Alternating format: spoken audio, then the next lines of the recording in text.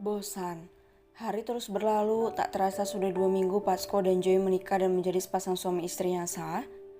Mereka berdua saat ini disibukkan dengan pekerjaan mereka masing-masing. Begitupun dengan David yang kantornya sudah ditempatkan di Jakarta. Mereka semua sudah sepakat akan tinggal di Indonesia sampai Diandra melahirkan. Semuanya sibuk dengan pekerjaan mereka masing-masing. Aiden dan Mika masih menunda acara resepsi pernikahan putra mereka. Rencananya akan dilaksanakan bersamaan dengan resepsi pernikahan Pasco dan Joy yang tertunda karena masalah keluarga Joy. Joy sendiri tidak diperbolehkan bertemu dengan papa dan mamanya sampai Pak Putra menyadari kesalahan besar yang telah dia lakukan selama ini. Bayi yang dikandung Amelia tidak bertahan. Wanita itu mengalami keguguran setelah memukuli dirinya sendiri hingga janinnya gugur. Joel dan Otnell yang diminta oleh Joy untuk mencari ayah bayi yang dikandung kakaknya tidak menemukan hasil apapun sebab Amel tidur dengan banyak laki-laki. Dan tak ada satupun yang bisa mereka tuduh sebagai ayah dari bayi yang dikandung oleh Amelia. Kehidupan keluarga Pak Putra seketika itu hancur. Pak Putra yang terlalu memanjakan putrinya hidup dalam penyesalan tak berguna. Meski demikian dia malah menyalahkan kelahiran Joy sebagai pembawa musibah bagi keluarganya. Cindy bahkan tak diizinkan bertemu dengan Joy. Keluarga baru Joy sangat melindungi perempuan itu. Bahkan mereka membuat Joy sibuk dengan berbagai pekerjaan agar tidak memiliki waktu bersama keluarganya. Di ruang santai, tampak Diandra duduk bersandar di atas sofa bersama Edward di sebelah kirinya dan Joel di sebelah kanannya. Perutnya kian membesar seiring berjalannya waktu. David, Otnell, dan Pasco sedang bekerja di luar. Otnell mendapatkan praktek di rumah sakit di tempat Aurel bekerja. Meski dia punya banyak uang, dia tak ingin berlega-lega dan menjadi contoh yang buruk bagi putranya, oleh karena itu dia tetap bekerja. Pasco sendiri mendirikan klub di Indonesia, bahkan mengurus markas baru di Indonesia untuk tempat kedua bagi Black Rose, aliansi yang dipimpinnya. David tentu disibukkan dengan urusan perusahaan bersama dengan Joy. Hai bosan, seru ketiga orang itu. Mereka hanya duduk di rumah, menonton dan makan. Lama-lama perutku bisa buncit seperti milikmu deh kalau di rumah terus. Hais, ini benar-benar membosankan. Ketus Joel yang tak punya aktivitas apapun di sana. Cak benar-benar bosan. Bagaimana kabar Kak Bella dan Kak William saat ini? Ucap Diandra. Oh, bagaimana kalau kita berkunjung ke tempat mereka? Tanya Diandra lagi. Gak bisa Dian, mereka akan berbulan madu hari ini. Setelah pernikahan seminggu yang lalu, mereka berencana akan terbang ke Swiss dan tinggal di sana untuk sebulan. Ucap Joel. Ya, Cak, padahal aku kangen sama Kak Bella. Hais. Ucap ibu hamil itu sambil memasang wajah cemberut. Bella dan William, kakak kandung Joel, sudah menikah seminggu yang lalu. Keadaan William sudah benar-benar pulih dan Otnell memastikan memberikan perawatan terbaik bagi pria itu. Kita telepon saja, ucap Joel. Tapi nanti mereka mungkin sedang di pesawat, ucap Joel. Kenapa Kak Bella nggak bilang sih? Ketus Diandra. Kalau dibilang kamu ngidam ngikut, bisa berabe kita Diandra, celutuk Joel. Ya maaf, kekeh Diandra sambil mengusap perutnya.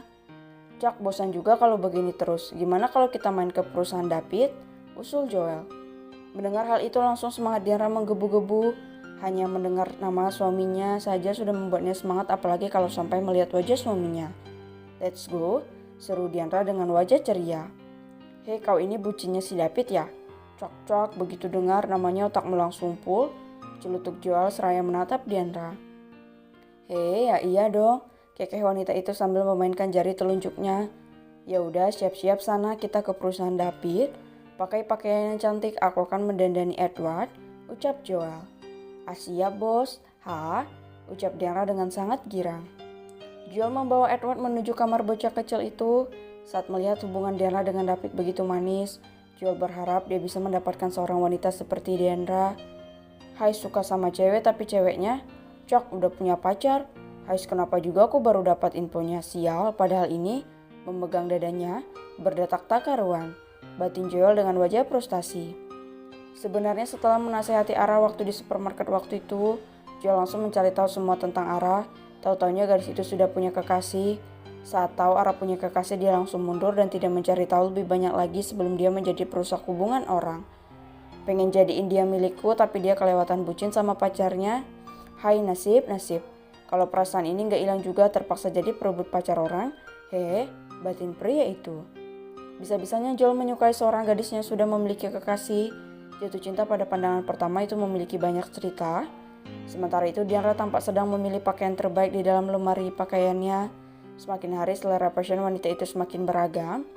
Hari ini dia memilih mengenakan midi dress dengan model lengan Sabrina berwarna biru dengan motif bunga-bunga kecil yang sangat manis dan imut jika dikenakan oleh ibu hamil itu. Dia memakai riasan tipis dengan lip balm dan rambutnya dikuncir ke atas membuatnya tampak semakin cantik. Dia memakai sepatu sport berwarna putih sebab kakinya akan pegal jika menggunakan heels. Parfum kesukaannya dan anehnya David juga memakai parfum yang sama dengan milik istrinya. Baby bubu, kita ketemu papa.